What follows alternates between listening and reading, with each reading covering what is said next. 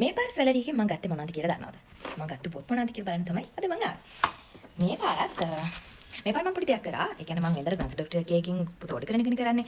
ඉතින් මේ පාර පොත් ඕඩර් කරන එකට අමතරව මම මේ බුක් ෂොප් එකට ගිහින් පොත් අරගත්තා. මම මේ අවුරුද්ද පටන් ගද්දිම මේ හිතුවා මේ වැඩි වේදම් කරන්නේ නැහැ පොත් වලට කියලා. මට වේදම් වෙනවානේ පොත් වලට. අපි ඉතින් අන්බොක්ස් කරලා බලමු ග්‍රන්ථ ඩොක්ටර් එකකින් මම ඕඩර් කරපු පොත් මොනවද කියලා. ඉතින් මම අර කිව්වත් වගේ මම අවුරුද්දේ මුලම හිතාගත්තා මේ අවුරුද්දේ නම් මම පොත් වලට වැඩි වේදම් කරන්නේ නැහැ කියලා. ඒ වුණාට මට ආස කරන මම ආසාවෙන් බලන් හිටපු පොත් තියෙනවා කියලා දැක්කම මට ඒව ඕඩර් නොකර ඉන්නත් මම මේ හිතෙන්නේ. ඉතින් මගේ හිත තමයි මේ ඔක්කොටම මුල. මොකක් හරි කරනවා නම් කරන්න ඕනේ ඉතින් හිතට. ඉතින් මේ තියෙන්නේ මේ පාර granth.lk එකෙන් මම ඕඩර් කරපු පොත් සෙට් එක. මට checkmate කියලා පොතක් හම්බුණා. මම හිතුවා ඒක ලස්සන ඇති කියලා. මොකද මම ඒකේ මේ ඊට පස්සේ පොඩ්ඩක් කියලා බලුවා ඒක හොඳයි කියලා හිතුණා. හින්දා මම ඒක ගත්තා. ඊළඟට මට මේ අර එඩ්වඩ් මල්ලවරච්චිගේ පොත් ටිකක් ඕනෙලා තිබ්බා. මම හෙව්වේ නම් හරි ඉස්සෙල් මම අපේ අම්මා ඉස්සෙල් තරුණි පත්‍රය ගන්නවා. මම ඒකේ මේ එහෙම මෙහෙන් හොරින් කියවනවා. ඒක නවල සෙනෙව.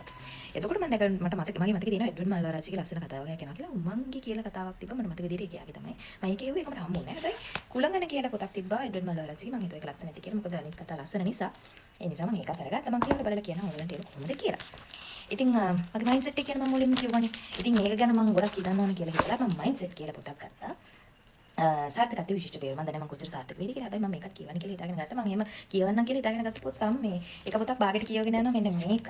ඒ ඇරෙන්න මේ තාම මුකුත් කියවලා ඉවර වුණේ නැහැ. මම මේ දවස් තිප්පට වෙලාව නැතිව පොත් කියවන්න. ඉතින් අසිරි වර්ෂගේ අත් කියලා පොතක් තිබ්බා. මම ඒකත් අරගත්තා. මේ පාර කියවන්න ආසයි කියලා හිතන පොත් සෙට් එකත් එක්ක. ආයේ මනික පුෂ්පකුමාරගේ දේවාල දුව කියලා පොතක් තිබ්බා. මම ඒකත් අරගත්තා. මේ තියෙන්නේ මේ පාර පොත් ලිස්ට් එකේ බිලු. ඕකේ. මං කිව්වනේ මම මේ පාර ගන්තකට එකකින් ඕඩර් කරා විතරක් නෙමෙයි ෂොප් එකකට කියලා පොත් ගත්තා කියලා. මම දන්නේ මම කලින් වීඩියෝස් වල කිව්වද කියලා රමණි බුලත් සිංහලගේ පොත් හරිම ලස්සනයි කියලා. ඉතින් රමණි බුලත් සිංහලගේ මම හිතන්නේ පොත් ඇති 90ක් 98ක් විතර යා මේ දක්වා ලියලා 2012 හරි 2010 හරි 2009 හරි වගේ කාලවක වණෝක ඉඳන් තමයි රමණි බුලත් සිංහල මම හිතන්නේ පොත් නිකුත් කරන්න පටන් ගන්න තියෙනවා. කොච්චර කාලේ ඉඳන් ලියනවද කියලා නම් මම දන්නේ නැහැ. හැබැයි පොත් නිකුත් කරන්න පටන් ගන්න තියෙන්නේ මම විශ්වාස කරන විදිහට ඒ කාලේ ඉඳන් වෙන්න ඕනේ. මගේ 2004 ඉඳන් තමයි මම හිතන්නේ මේ කතුරු පොත් තියෙන විදියට. රමණි බුලත් සිංහලගේ සුහැන්දිය. මම ඇත්තට මෙයාගේ පොත් ගොඩක් ගත්තා. මට මේ මම යාගේ පොත් වලට හරි ආසයි. ඒකේ කතා ශෛලියට ලියලා තියෙන විදියට ඒ දෙබස් වලට ඒවා හරිම විතර වැදෙන දෙබස් තියෙන. ඉතින් මම ඒවට හරි ආසයි. හින්දා මම යාගේ පොත් ටිකක් කොහොමත් ගන්නවා. ඉතින් ඒ සෙට් එකෙන් ගත්ත පොතක් තමයි මේක සුහැදිය. සුහැදිය ගත්තා. ඊට පස්සේ මම කිව්වා රමණි බුලත් සිංහලගෙන් පොත් ගොඩක් සෙට් එකක් ගත්තා කියලා. සුහැදිය දෙක තිබ්බා. ඒ හින්දා දෙකක් ගත්තා.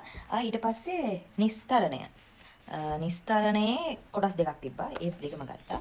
ඊට පස්සේ සීන සිත්තම කියලා පොතක් තිබ්බා. ඒකත් මම අරගත්තා. මේ මගේ ලිස්ට් එකේ තිබ්බා. මොකද රමණි බුලත් සිංහලගේ පොත් සෙට් එකක් මම ලිස්ට් එකේ තියාගෙන හිටියා. මේ සෙට් එක හම්බුනොත් ගන්නවා කියලා හිතලා. ඒ නිසා ඉතින් ගත්ත තිබ්බ හින්දා මට බය හිතුණා ඊළඟ පාර යනකොට මේක මට නැති වෙයි කියලා. අභියෝගය කියලා පොතක් තිබ්බා. ඒකත් මම ගත්තා. ඊට පස්සේ තාරුකා කියලා පොතක් තිබ්බා. ඒකත් ගත්තා.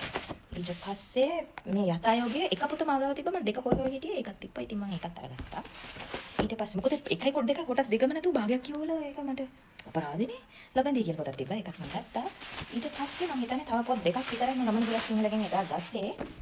මේක අරගෙන නම් ටිකක් දවස් ළමයි 4-5ක් විතර වෙනවා මම මේ granth.lk එකේ පොත් සෙට් එක එනකම් හිටිය වීඩියෝ එක කරන්න. මොකද මේ එකපාර කරන එක ලේසියිනේ. සහයෝගය කියලා පොතක් තිබ්බා. ඒකෙත් කොටස් දෙකක් තිබ්බා. ඉතින් මේ කොටස් දෙකම තමයි මම ගත්තේ. සමහර රමණි බුලත් සිංහලගේ පොත් තියෙනවා කොටස් 5ක් 6ක් දක්වා යන. සමහර වසත් කුමරිය කියලා පොතක් තියෙනවා මට මතක විදිහට කොටස් 7ක් යනවා.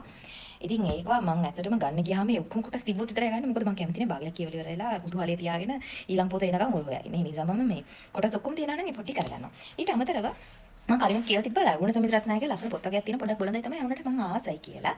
ඉතින් යවුණ සමිඳ රත්නායකගේ මේ ඒ කවුරු හරි ලස්සනයි හොඳේ. දවල හංසි කියලා පොතක් තිබ්බා. ඒකේ part 1 and 2 දෙකම එකට තියෙනවා. දැන් ඉස්සර නම් එක පොතයි තිබ්බේ මම මතක විදියට. ඒ හින්දා ඒක ගත්තා. ඊට පස්සේ අවසාන වශයෙන් මම හැමදාම ආස කරනවා ගයනයි සලක්මාලිගේ වැහිදිය ඡායා. මේ තමයි මම මේ පාර ගත්තු පොත් සෙට් එක. මම හිතන්නේ ඔක්කොම පොත් තියෙනවා ඇති. එතන 5යි 11 පොත් 13යි 5යි 18ක් වගේ. මේ පාර මම මේ මගේ සැලරි එකෙන් රුපියල් 15000කට ආසන්න ප්‍රමාණයක් මං හිතන්නේ මේ පොත් සඳහා වියදම් කරා. මගේ සහකරුවා හොඳ නිසා මේ මං යහතින් ඉන්නම්. ඉතින් ඇත්තටම මේ ඇත්තටම මම මේ කලින් කිව්වන granth.lk එකේ අපිට ඔෆර්ස් වගේක් තියෙනවා කියලා. මම මේ පොත් ගන්න ආස ඕඩර් කරන්න කැමති ගිහිල්ලා ගන්න කැමති නැති අයට දැනගැනීම පිණිස කියන්නේ නැතුව මේක ප්‍රොමෝෂනල් වීඩියෝ එකක් නෙමෙයි.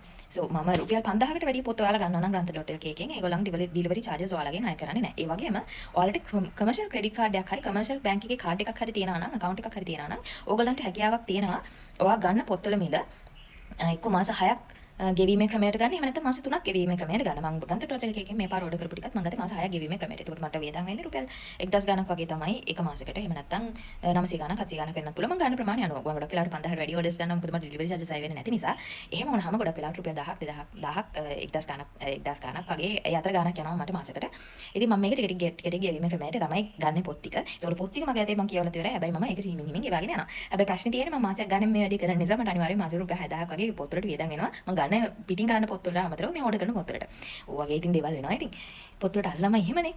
ඉතින් මේ පොත් ටිකක් කියවලා ඕගලන්ට පොත් වල රිවිව්ස් මම අරගෙන එනවා. මේ දවස් ටිකේ මට ටිකක් වැඩ වැඩි නිසා මම පොත් එක රිවිව් එකක් ඔයාලට අරගෙන බැරි වුණා. හැබැයි මම කියවලා තියෙන පොත් සෙට් එකක් තියෙනවා. ඒ ටිකේ වීඩියෝස් ළඟදීම අරගෙන එන්න බලාපොරොත්තු වෙමින් මම එහෙනම් ඔයාලගෙන් යනවා. Thank you so much. මගේ වීඩියෝ එක මිස් කරලා බලගෙන හිටියට.